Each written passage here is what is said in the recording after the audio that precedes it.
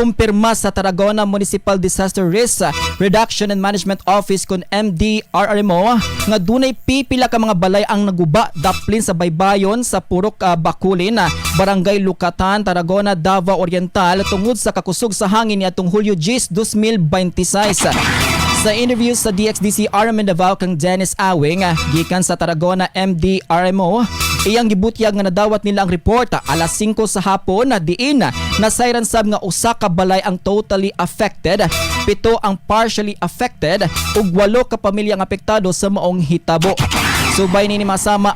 abtik nga miaksyon ng lokal nga pagamhanan sa Tarragona ug gilayong gi-validate ang maong hitabo. Ingon man bisan og andam kini sa pagpasulod sa mga apektadong pamilya sa evacuation center, mas gipili sa ubang residente nga magpabilin sa ilang mga panimalay, mupuyo una sa ilang parente ug giayo ang mga balay nga dunay partial damage.